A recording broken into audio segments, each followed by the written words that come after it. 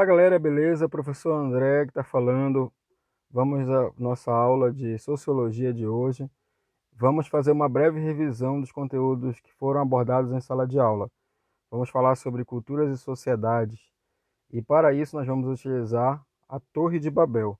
Eu sou o professor André Rodrigues e vou iniciar nossa aula de Sociologia agora, nosso primeiro ano da escola João Alves Moreira.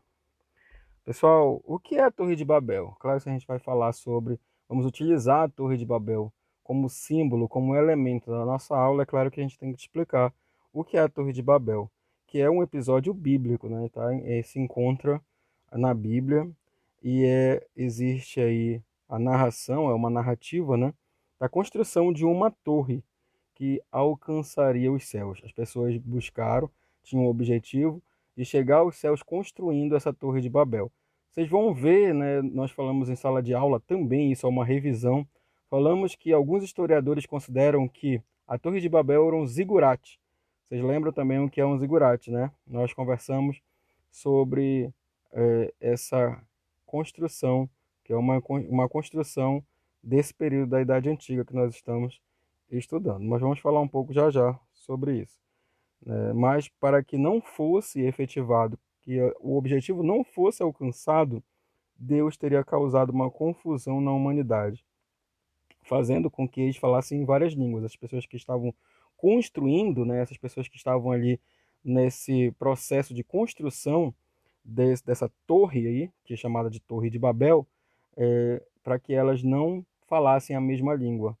E aí isso acabasse fazendo com que não fosse possível a construção dessa torre.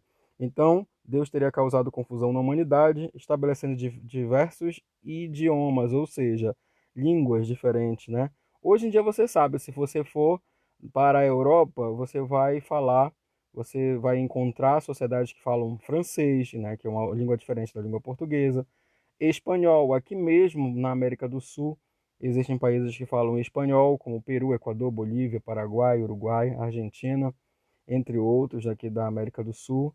Nós temos na América Central também, e na América do Norte nós temos inclusive um país que fala inglês, foi colonizado. Vocês vão aprender isso, né, sobre colonização com o professor de vocês do segundo ano.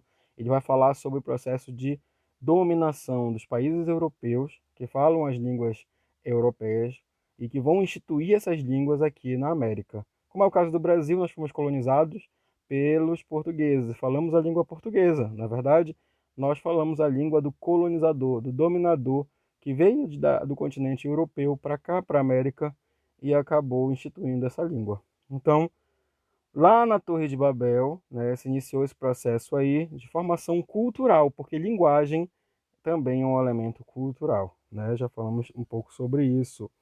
E esse mito aí, né, vamos chamar de mito porque nós temos que fazer a diferença também entre mito e, e documento e fonte, né? Mas nesse caso aí, a Bíblia também é considerada um documento histórico. Vamos fazer essa relação com a história aí, né? A Bíblia, ela comprova aí, né, através da sua narrativa, que existiu aí a Torre de Babel. E a gente encontra essa fonte, esse texto, em Gênesis, capítulo 11, versículos de 1 a 9. Versão de historiadores, né? Eu comentei um pouco, agora vou falar melhor sobre isso. Que a Torre de Babel, correspondia a um zigurate, que foi construído na Babilônia. Pessoal, vocês sabem que o zigurate ainda não existe, ainda através das fontes históricas não foram comprovados ainda. Nós falamos sobre isso nas nossas aulas, sobre Mesopotâmia. Ainda não é comprovado que um zigurate ele tem o mesmo, a mesma função de um templo religioso, mas que o zigurate ele tinha um objetivo, ele era utilizado para a religiosidade com certeza, né? Já temos fontes históricas que comprovam esse ponto. Então, a Torre de Babel aí, alguns historiadores vão dizer que ela não é apenas uma torre, mas ela é um zigurate, um elemento importante de construção, de formação da religiosidade na Mesopotâmia, mais especificamente no Império Babilônico. Nós estamos estudando isso também em história. Existe um mito, né, dos sumérios que narra aí um episódio parecido chamado Emerká e o Senhor de Arata. Então, quer dizer, já falamos também sobre isso, né? Na história, principalmente, nós falamos que quando a gente trata sobre o surgimento da escrita, não podemos dizer que apenas os sumérios, eles que estabeleceram essa forma de se comunicar, de contabilizar. Porque vocês sabem que a escrita cuneiforme, ela foi a primeira forma de escrita, já lembrando nossas aulas de história, mas também que ela não servia apenas como nós entendemos ela, né, a escrita como forma de traduzir, de comunicação, mas também de contabilidade, né? Já aproveitando para a gente fazer aí uma breve revisão dos nossos assuntos de história. E outro ponto importante também, existem várias versões da história, né?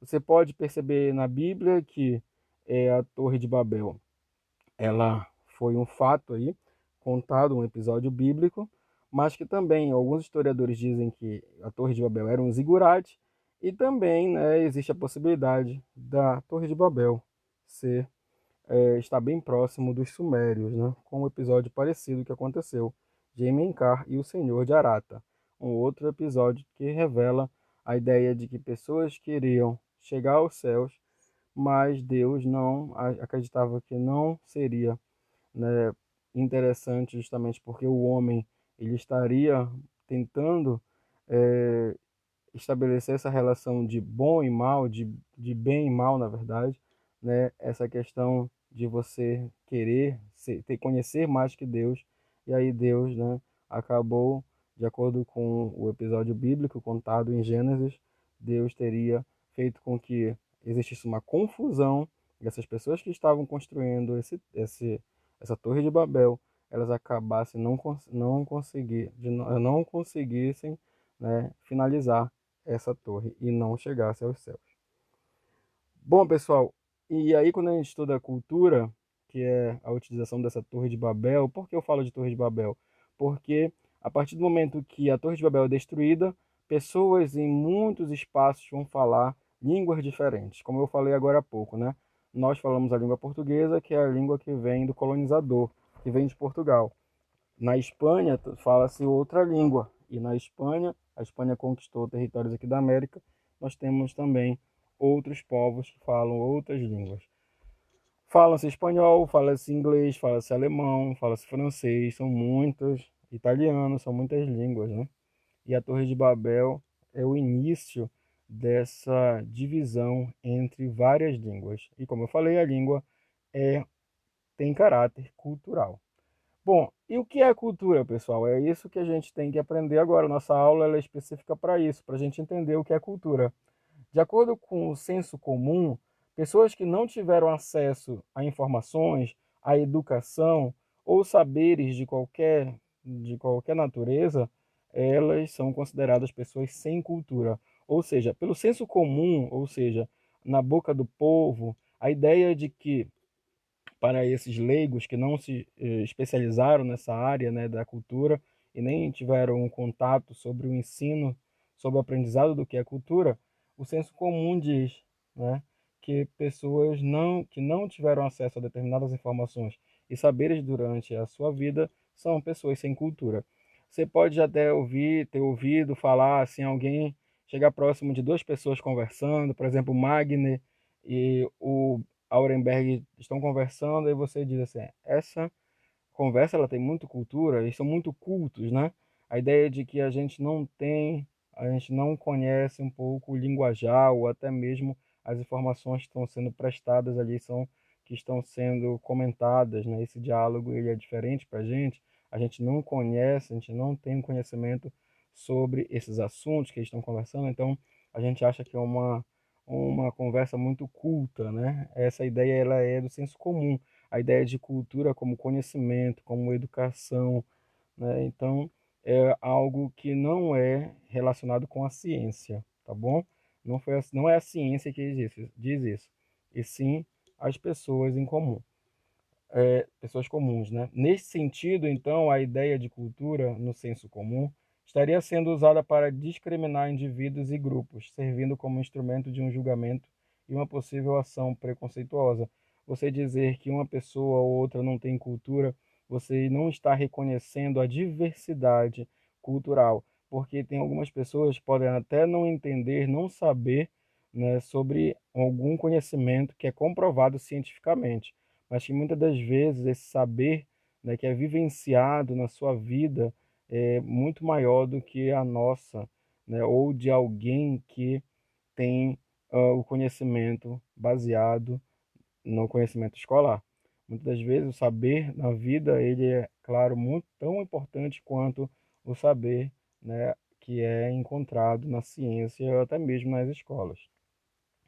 Mas será mesmo que a palavra cultura pode ser usada somente nesse sentido preconceituoso? Você pode ser preconceituoso quando você diz essa pessoa não tem cultura. Quando você mora em determinado local e você diz que não tem outro povo não tem cultura ou a cultura deles é inferior, você está sendo preconceituoso. Bom, pessoal, você tem que entender desde já que ao usar esse termo sem cultura, de acordo com o senso comum, nesse sentido aí de falta de acesso às informações, né, a saberes, vamos dizer assim, sofisticados, a gente pode cair no erro de considerar que os povos indígenas, por exemplo, no Brasil não têm cultura. Então a gente tem que ter um cuidado. Vocês podem chegar e dizer assim e cometer um equívoco, né, como os portugueses quando chegaram aqui na América e disseram, perceberam, disseram assim, tiveram contato com indígenas e disseram que os indígenas não tinham lei, não tinham rei, né, eles não tinham uma organização administrativa, então você vai cometer o mesmo erro quando você disser que uma cultura é inferior à sua, porque os portugueses eles não conheciam a cultura indígena, era uma cultura diferente. E aí quando a gente tenta desprezar, levando em consideração apenas a nossa forma de viver e cultural, a gente acaba eh, cometendo muitos equívocos que historicamente acontecem. A ideia de que outra pessoa tem uma cultura inferior. Tem tradições, danças que são estranhas à nossa, a forma de se alimentar, de utilizar símbolos. Você acha diferente? Pois é, a gente vai entender agora que não são, elas são diferentes, mas nenhuma é inferior à outra. Pessoal, cultura como representação da realidade. Cultura, galera, é um termo de origem que vem do latim, por isso é de origem latina e que tem ligação com o verbo cultivar. Com certeza a tua professora lá do ensino fundamental, ela chegou e disse assim para ti. Eu comentei na sala de aula, inclusive, sobre isso. Ela disse assim: o Brasil, durante o período colonial, ele tem algumas características, inclusive um sistema chamado plantation. E dentro do sistema plantation, nós temos algumas especificações. Como no caso do Brasil, ele é escravocrata, ela vai dizer, né? Ou seja, tem uma mão de obra compulsória, escravista. Aí ela vai dizer para ti também que o Brasil é agroexportador, que ele vai produzir para exportar para Portugal, beleza. E ela vai dizer também para ti que o Brasil é monocultor. Aí tu vai dizer assim, mas o que é monocultura? Mono, cultura, é cultivo. E o cultivo no sentido de plantio, de produção, você planta e você colhe, né? Isso é uma dinâmica que ela vai sempre ocorrer para que, inclusive no Brasil, algumas pessoas se mantivessem durante o período colonial. Mas, como eu falei, isso não é uma aula de história e também vocês vão saber sobre isso no ano que vem, principalmente, mais aprofundado, claro, né? Mas quando essa professora, a tua professora Raimundinha lá do ensino fundamental, ela diz isso, né, que o verbo cultivar, quer dizer, cultura quer dizer cultivar, é um sentido aí do meio de buscar o crescimento.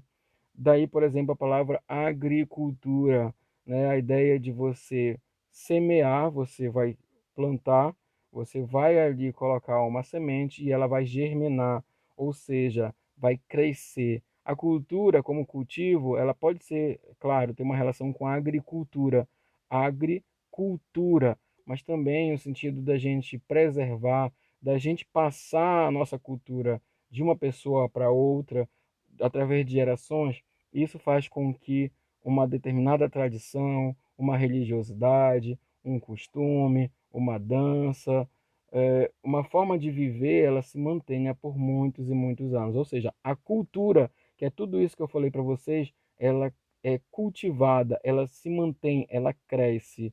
E isso quer dizer cultura. Cultivar através do quê?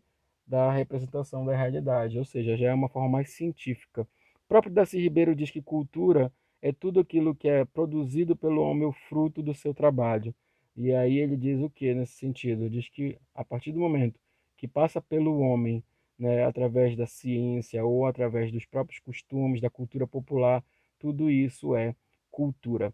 A gente vai falar um pouquinho hoje ainda sobre isso, vocês vão perceber que o homem ele vai começar a agir desde a pré-história baseado no quê?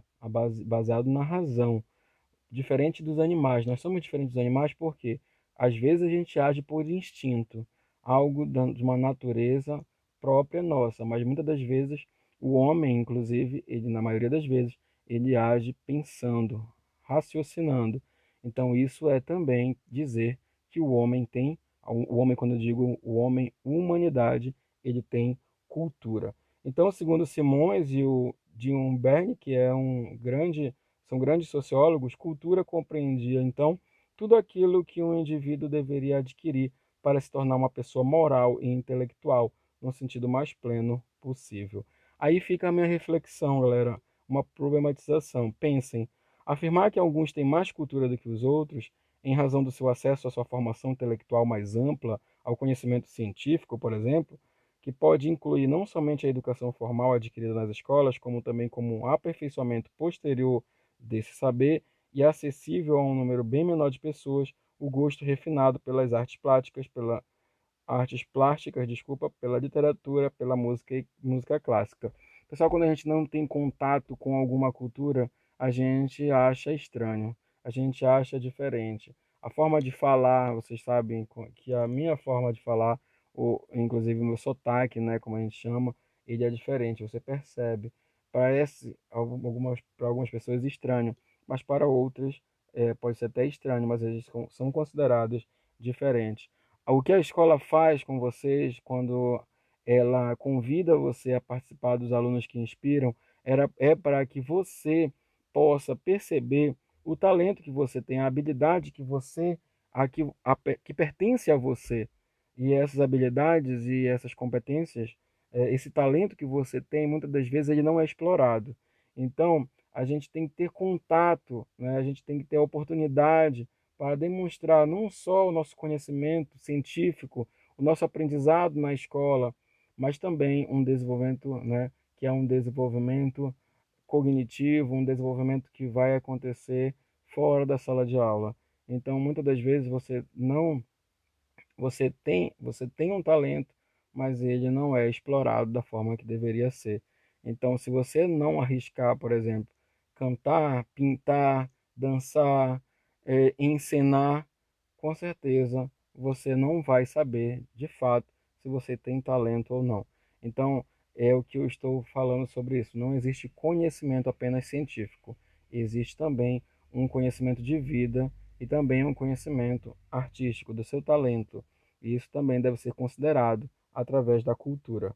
O ser humano, né, ao contrário dos animais, eu falei um pouco sobre isso agora há pouco, não vive de acordo com seus instintos, mas sim a partir da sua capacidade de pensar a realidade que o cerca e o de construir significados. E aí, quando se fala em significados, a gente vai usar os símbolos, pessoal. Existem vários símbolos que a gente utiliza como símbolos culturais. Por exemplo, uma cruz. Uma cruz na igreja significa que ali nós temos o cristianismo, que acreditam em Cristo, em determinado local, pessoas reunidas, né? Um casamento, a noiva usando branco, dentro de uma igreja, é perceptível que ela vai casar, mas existem outros símbolos, a gente conversou em sala de aula, por exemplo, se você vê uma bandeira na vazantes ou ideal na frente de uma casa, uma bandeira vermelha, você vai perceber aquela bandeira e você vai dizer que aquilo ali é algo estranho. Mas em Belém do Pará, se você vê uma bandeira como tem aí nessa imagem, com certeza ali batem o açaí, é vendido o açaí. E o açaí ele não é consumido da mesma forma lá em Belém, assim como é consumido aqui. Eu acho estranho como é consumido aqui, para vocês não é estranho, mas lá a gente consome no almoço. Lá não é energético, lá a gente toma, na verdade, e a gente não come, né? Aqui se vende no quilo e lá no litro, e a gente consome na hora do almoço, com peixe. Vocês podem ver lá camarão, né? Na parte superior esquerda, e você pode ver no lado inferior direito o próprio fruto. E você pode ver uma plaquinha aí, ó. Nessa plaquinha considera, quer dizer o quê? É um símbolo. Símbolo que ali, nessa casa, se bate o açaí, nesse aparelho aí que tem do lado esquerdo, e assim pode ser consumido a partir da compra. E na antropologia, pessoal, o que significa cultura?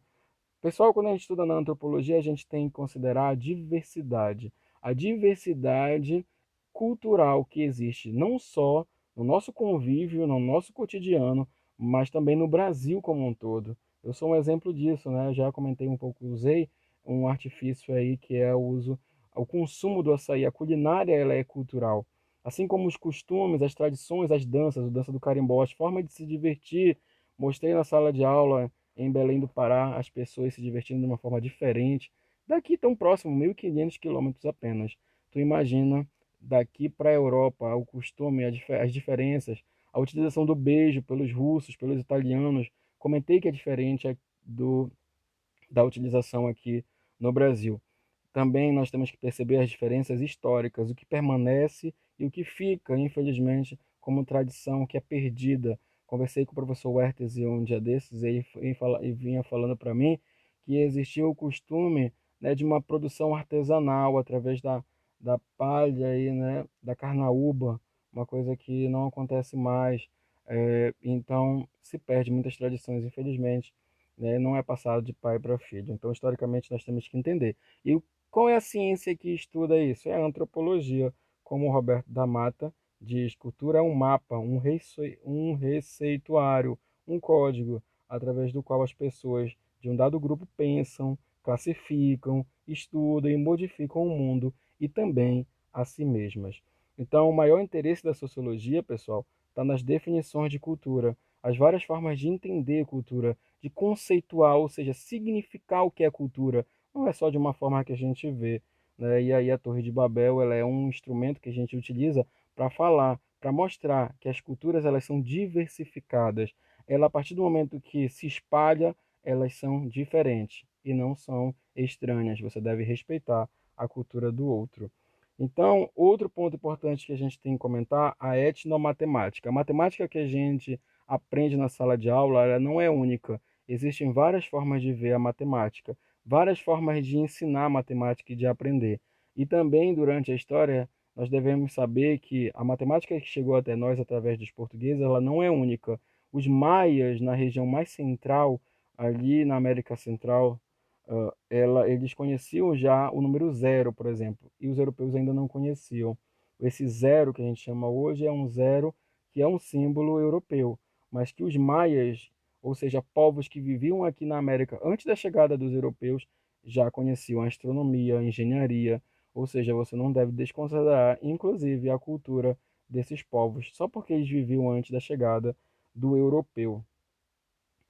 Então, pessoal, não esqueçam, vamos revisar para arrebentar na prova. No decorrer da história, os instintos originais do homem foram secundarizados, ou seja, alterados, trocados pela cultura. Nossa cultura, ela acaba substituindo aquilo que o animal tem, o instinto. E a gente trabalha através da razão e da manutenção de algumas tradições que vão sendo passadas de geração em geração. A cultura é produzida pelo homem em qualquer meio geográfico, qualquer espaço. Falei sobre essa diversidade, ou seja, essa grande diversificação, né, essa grande quantidade de culturas que existe no mundo todo, independente do território a que ele pertence. A cultura permitiu que o homem se adaptasse ao meio, como também que este se adaptasse ao próprio homem e suas necessidades. Além disso, a herança cultural ela prevalece sobre a herança genética do homem, pois este aprende hábitos e costumes através da sua cultura. Né? A gente constrói casas, nós moramos em casas. Hoje a gente nem contesta isso. Por que a gente mora em casa e não em oca, como os indígenas viviam? É mais fácil ou mais difícil viver em ocas? Será que é a forma certa da gente viver? É da forma como a gente, inclusive, nem ainda sabe, a gente ainda nem aprendeu a conviver com a água, com muito desperdício, né? Infelizmente, com a comida e também com o lixo. Nós, humanos, ainda não sabemos lidar de fato com esses três elementos. Pessoal, os dedos das mãos são irmãos, mas não são todos iguais. Devemos respeitar as diferenças. Beleza, galera? Muito obrigado e boa prova a todos vocês. Valeu, galera!